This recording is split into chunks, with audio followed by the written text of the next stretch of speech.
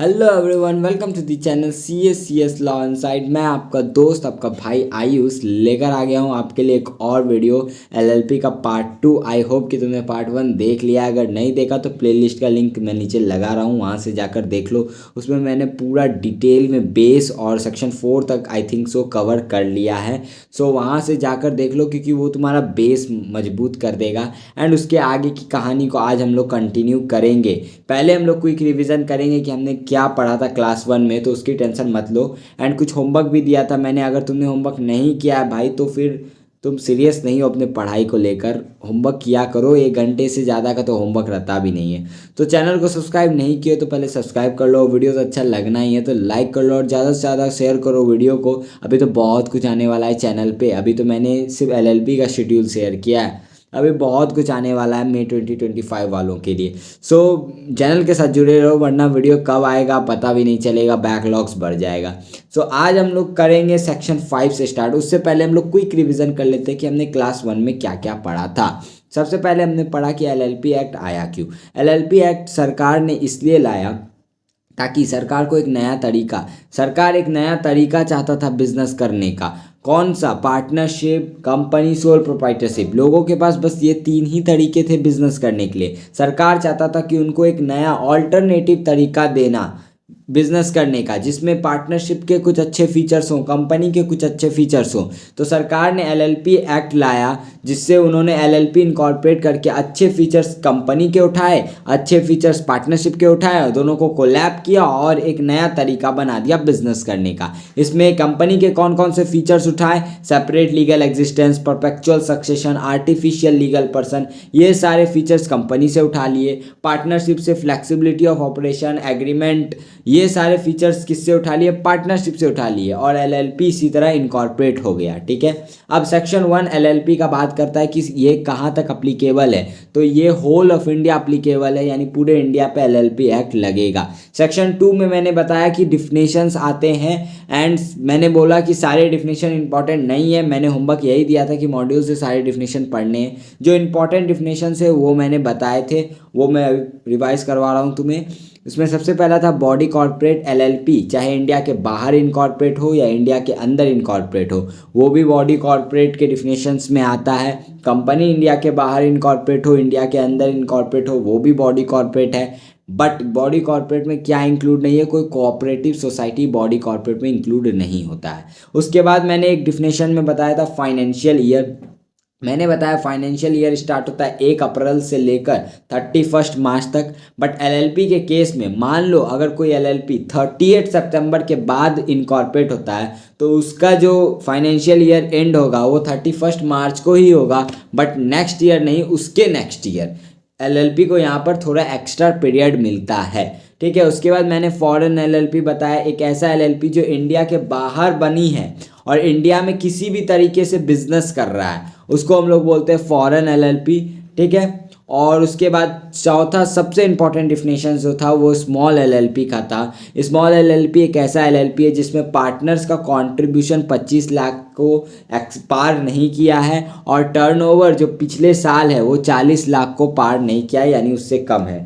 25 लाख, 40 लाख ये लिमिट है। ठीक है, यहाँ तक सेक्शन 2 में जितने डिफिनेशंस थे इंपॉर्टेंट वो मैंने कवर कर दिए। फिर सेक्शन 3 बताता है कि एलएलपी एक बॉडी कॉर्पोरेट है। सेक्शन 4 बोलता है कि इंडियन पार्टनरशिप एक्ट का कोई भी प्रोविज़न एलएलपी पे नहीं लगेगा। आज हम लोग उसके आगे की बात कंटिन्यू करेंगे। अभी तक हमने समझ लिया कि एलएलपी क्या है, एलएलपी का सारा बेस हम लोग ने समझ लिया। अब हमारे मन में एक क्वेश्चन आना चाहिए जो आता है, who is eligible to become a partner in LLP? कौन एलिजिबल है पार्टनर एलएलपी? क्या भाई कोई भी पार्टनर बन सकता है एलएलपी में? मतलब कोई भी मुंह उठा के आ जाए और पार्टनर बन सकता है एलएलपी में? क्या लॉ ने कोई किसी को बोला है कि भाई तू पार्टनर बन सकता है, तू पार्टनर नहीं बन सकता? क्या मैं पार्टनर बन सकता हूँ? क्या तुम पार्टनर बन सकते हो? ये माइंड में क्वेश्चन आता है कि भाई एलएलपी समझ क्या। बट क्या ऐसा कोई रिस्ट्रिक्शन है कि कोई भाई ये पार्टिकुलर आदमी पार्टनर नहीं बन सकता, ये पार्टनर नहीं बन सकता, या दुनिया का कोई भी आदमी उठ कर आए पार्टनर बन जाए, लॉ को कोई फर्क नहीं पड़ता? तो हमारा आज का टॉपिक यहीं से स्टार्ट होता है कि भाई क्या एलएलपी में कोई क्राइटेरिया है पार्टनर बनने के लिए? क्या उन्होंने कोई क्वालिफिकेशन रखा है? जैसे एक आदमी सीए कब बनता है? जब वो सीए के तीनों लेवल निकाल ले, आर्टिकलशिप अपनी कंप्लीट कर ले। इसी तरह सीएस कब बनता है? तीनों लेवल निकाल ले, अपनी आर्टिकलशिप कंप्लीट कर ले। ठीक है, कुछ कंपनी हायर करते हैं कि मेरा की मैनेजरियल पर्सन जो होगा वो एक सीए होगा, एक सीएस होगा, तो वो क्राइटेरिया रखते हैं कि कौन उस कंपनी में एम्प्लॉय बन सकता है। ठीक है, ये क्राइटेरिया रहता है। उसी तरह क्या एलएलपी में पार्टनर बनने के लिए क्या कोई क्राइटेरिया है? तो वही सेक्शन 5 आता है। सेक्शन 5 बोलता है, ठीक है, लिखोगे, अभी लिख लो या बाद में भी लिख सकते हो, वीडियो तो रिकॉर्डेड है, जब मन करो देख के लिख सकते हो। एनी इंडिविजुअल और अ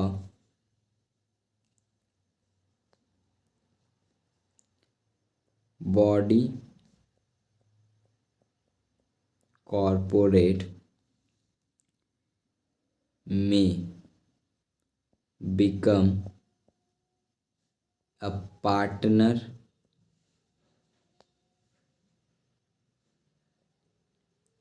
in LLP।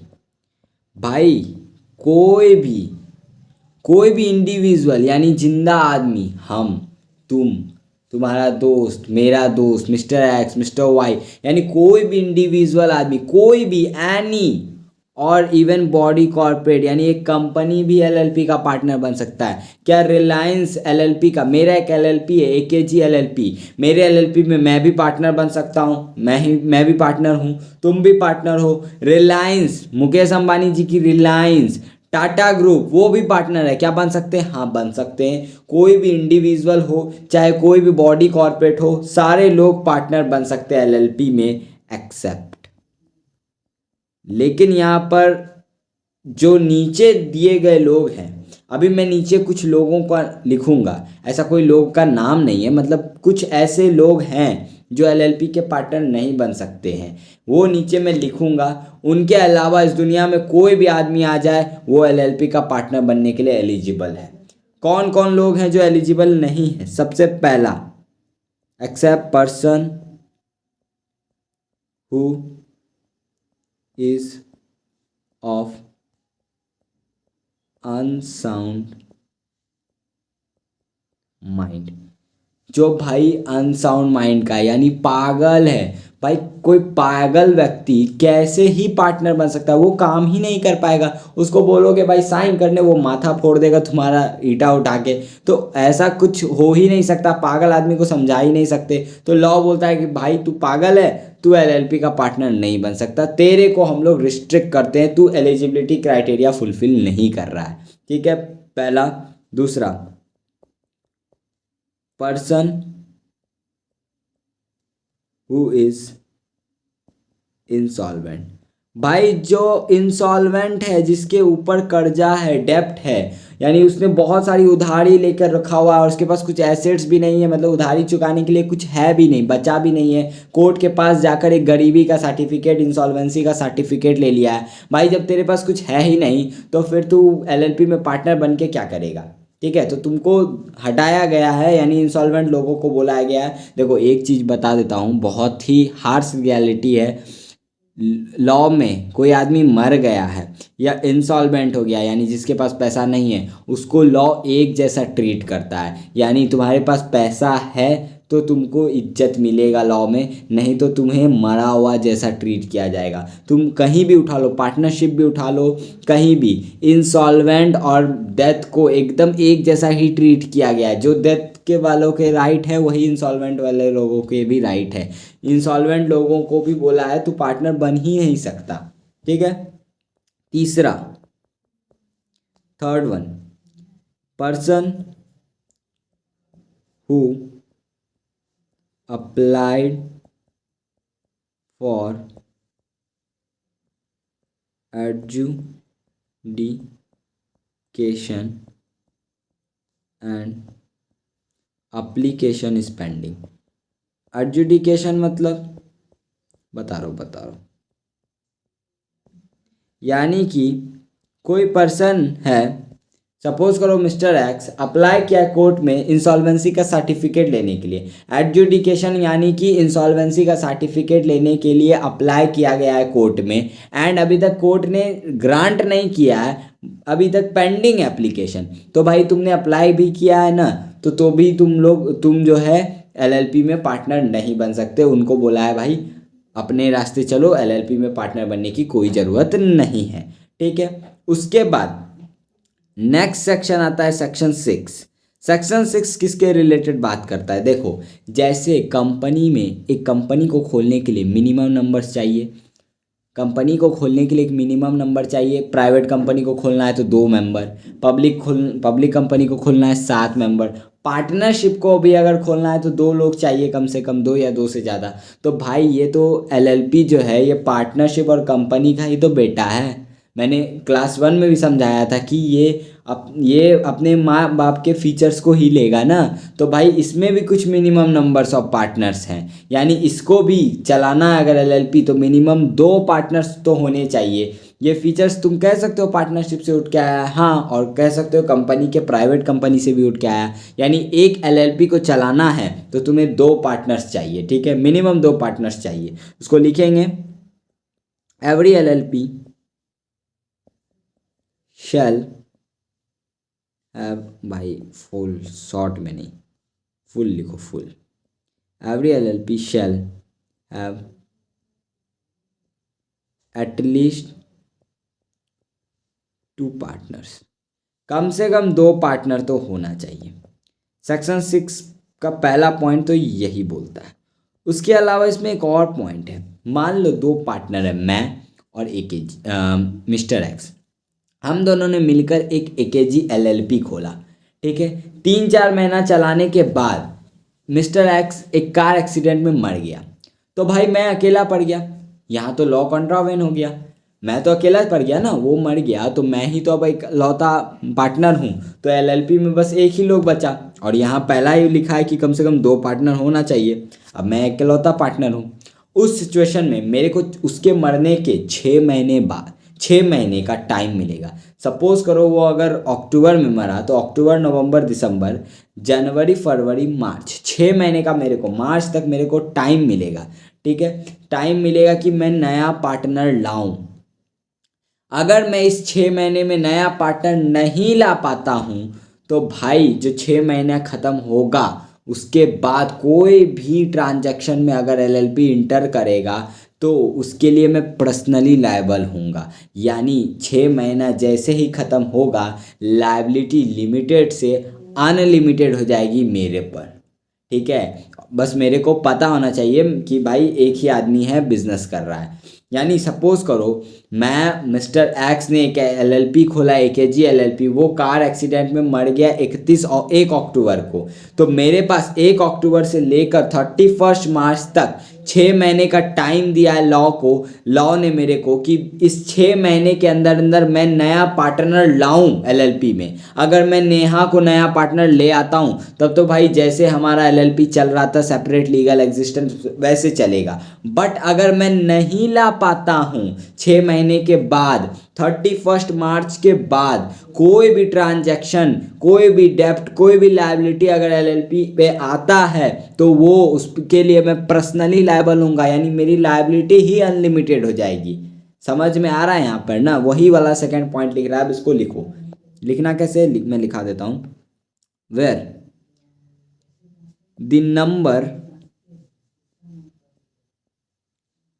Of partner in LLP reduce below 2, the remaining partner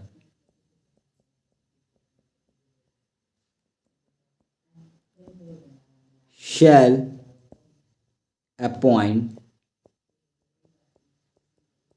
new partner in LLP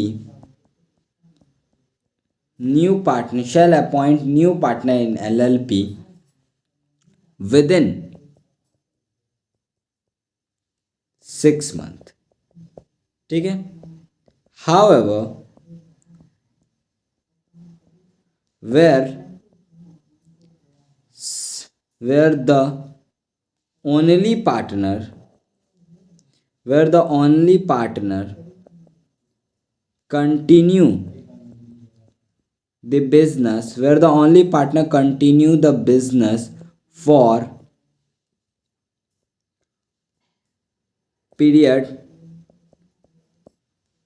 more than 6 months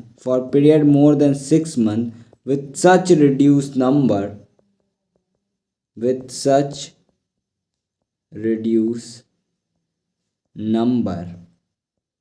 and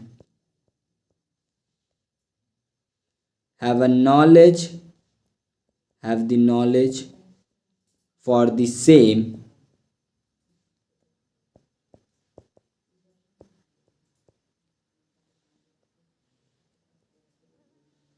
such partner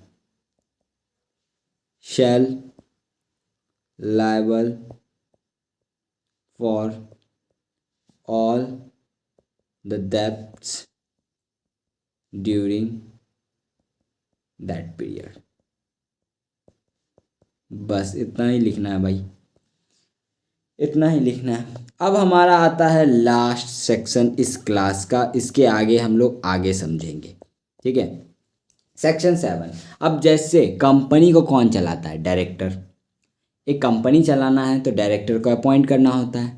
partnership को पार्टनर्स ही चलाते हैं. उसी तरह क्योंकि भाई ये कंपनी और पार्टनरशिप के फीचर से बना है LLP, तो भाई इसमें भी इसको चलाने के लिए डेजिग्नेटेड पार्टनर्स अपॉइंट किए जाते हैं. अब डेजिग्नेटेड पार्टनर सेम उनका वही काम है जैसे कंपनी में डायरेक्टर्स करते हैं जो काम, उसी तरह पार्टनरशिप में LLP में कौन करता है? डेजिग्नेटेड पार्टनर करते हैं. नाम बस बदल दिया गया है, डेजिग्नेटेड पार्टनर उनका नाम रख दिया गया है. ठीक है. अब डेजिग्नेटेड पार्टनर होंगे कौन? ठीक है, हम समझ गए. जैसे कंपनी में डायरेक्टर्स अपॉइंट किए जाते हैं, डेजिग्नेटेड पार्टनर कौन होते हैं और कौन अपॉइंट होते हैं? तो सेक्शन 7 इसी के बारे में बात करता है कि डेजिग्नेटेड पार्टनर कौन अपॉइंट हो सकते हैं. तो देखो हर LLP में कम से कम 2 डेजिग्नेटेड पार्टनर होने चाहिए. कितने 2 partner designated partner? 2 designated partner. ठीक है. और उसमें से दोनों इंडिविजुअल होने चाहिए, यानी कि इंसान होने चाहिए, जिंदा इंसान, सांस लेने वाला इंसान. अब मैं तुम्हें ऊपर लेके जा रहा हूँ. यहाँ पर मैंने तुम्हें बताया, 1 मिनट रुको. सेक्शन 3, भाई ये क्या लिख दिया मैंने? सेक्शन 3 क्यों लिखा है इसमें? क्या यार, सेक्शन 5 ना. हाँ, सेक्शन 5 में मैंने बताया कि इंडिविजुअल और बॉडी कॉर्पोरेट दोनों ही पार्टनरशिप में LLP में पार्टनर बन सकते हैं.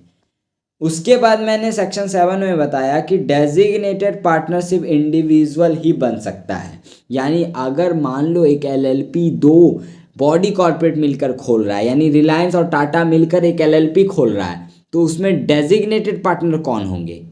क्योंकि डेजिग्नेटेड पार्टनर तो सिर्फ इंडिविजुअल ही हो सकते हैं. तो उसके रिलेटेड भी सेक्शन 7 ही बताता है, जो अभी मैं लिखूंगा तो तुम्हें समझ में आएगा. पहले लिखो, पहला point. Every LLP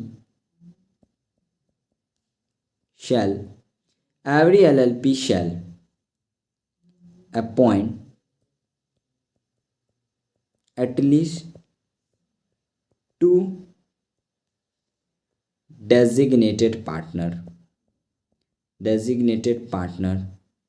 who are individuals. यानी कि डेजिग्नेटेड पार्टनर जो काम करेंगे, अरे तुम ही समझो भाई, डायरेक्टर कोई कंपनी हो सकता है क्या? अगर डायरेक्टर भी कोई कंपनी हो जाएगा, डेजिग्नेटेड पार्टनर भी कंपनी अगर बॉडी कॉर्पोरेट हो जाएगा, तो फिर काम कौन करेगा भाई? डेजिग्नेटेड पार्टनर को तो सारा काम करना होगा. एक बॉडी कॉर्पोरेट तो काम करेगा नहीं, उसके बिहाफ में किसी को तो अपॉइंट करना होगा. तो बस वही वाला लॉजिक है यहाँ पर कि हर एक LLP में 2 डेजिग्नेटेड पार्टनर होंगे, दोनों इंडिविजुअल्स होने चाहिए. दोनों इंडिविजुअल्स होने चाहिए and one of them shall be resident in India. और एक रेसिडेंट होना चाहिए। दो, देखो दो क्राइटेरिया, पहले दो लोग अपॉइंट होंगे एज अ डेजिग्नेटेड पार्टनर, दो में से दोनों इंडिविजुअल होने चाहिए, और एक नहीं भी होगा चलेगा, एक लेकिन क्या होना चाहिए, रेसिडेंट इन इंडिया होना चाहिए। अब रेसिडेंट मतलब, रेसिडेंट इन इंडिया मतलब देखो यहां पर, for the purpose of this act. इस लाइन का मतलब क्या हुआ, इस लाइन का मतलब हुआ कि इस एक्ट के लिए resident in India means a person, resident in India means a person who stay in India for not less than 120 days during the financial year। यानी कि कोई आदमी इंडिया में रह रहा है 120 दिन ड्यूरिंग द फाइनेंशियल ईयर, तो उसको हम लोग रेसिडेंट मान लेंगे इस एक्ट के पर्पस के लिए। ऐसे रेसिडेंट बनने का अलग क्राइटेरिया है, वो टैक्स में तुम इंटर में जाओगे तो पढ़ोगे, 182 डेज और मोर है, ठीक है। लेकिन इस एक्ट के लिए 120 दिन तुम्हें मान लेना है। यहाँ तक क्लियरिटी आ गया। अब हम आते हैं अपने लास्ट पॉइंट पे, जो सबसे इंपॉर्टेंट मैंने क्वेश्चन पूछा कि भाई एक एलएलपी में पार्टनर जो है बॉडी कॉर्पोरेट भी बन सकता है। अगर दो बॉडी कॉर्पोरेट मिलके एक एलएलपी बना रहा है तो उसमें डेजिग्नेटेड पार्टनर कौन बनेगा तब? देखो लॉ क्या बोलता है, where a LLP is form by two body corporate, where LLP is formed by two body corporate or an individual and a body corporate,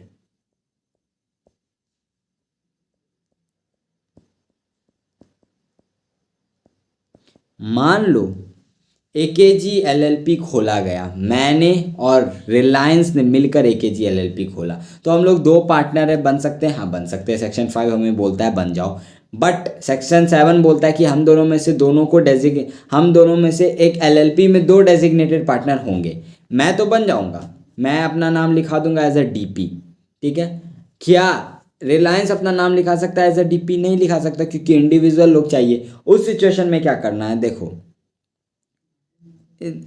where LLP is formed by two body corporate or an individual and a body corporate, at least नहीं रुको, लिखो in such cases two partners shall,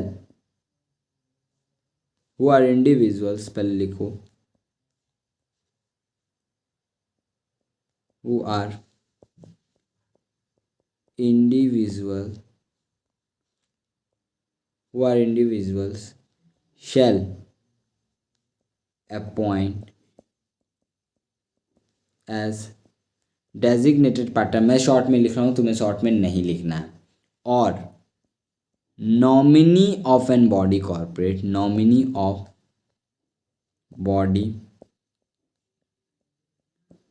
corporate shall be a designated partner। यानी कि अगर एक LLP दो body corporate मिलकर form कर रहा है तो क्या करे, बॉडी कॉर्पोरेट दो नए पार्टनर को अपॉइंट करे और उनको ही डेजिग्नेटेड पार्टनर बना दे। देखो, डेजिग्नेटेड पार्टनर दो होने चाहिए, इसका ये मतलब नहीं है कि दो पार्टनर और दो डेजिग्नेटेड पार्टनर यानी चार, नहीं भाई, जो दो पार्टनर हैं वो दो भी डेजिग्नेटेड पार्टनर बन सकते हैं और मेनली यही दो बनते ही हैं। लेकिन अगर एक बॉडी कॉर्पोरेट, दो बॉडी कॉर्पोरेट मिलकर एक एलएलपी खोल रहा है, उस सिचुएशन में या तो बॉडी कॉर्पोरेट दो नया आदमी को अपॉइंट करेगा एलएलपी में एज अ पार्टनर, जो जिंदा आदमी होगा, और उनका ही नेम दे देगा एज अ डेजिग्नेटेड पार्टनर। नहीं तो क्या कर सकता है, जो बॉडी कॉर्पोरेट के नॉमिनी हैं, रिलायंस का नॉमिनी है और टाटा का जो नॉमिनी है, उनको ही डेजिग्नेटेड पार्टनर बना सकता है। ये दोनों सिचुएशन केस उनके पास है, दोनों उनके पास है, जैसे उनको सुविधा हो। इसी के साथ हमारा आज का टारगेट हो गया कंप्लीट। होमवर्क में मैं कुछ नहीं दे रहा हूँ, बस रिवीजन कर लेना और ये लिख लेना, बस इतना ही होमवर्क है। मिलते हैं, अब सरस्वती पूजा है, हैप्पी सरस्वती पूजा सबको। एंड मिलते हैं, उसके बाद हम लोग सरस्वती पूजा में आगे का टारगेट ख़त्म करेंगे। और पढ़ते रहो। All the best for your examination, और इस बार लॉ को 4 देना है।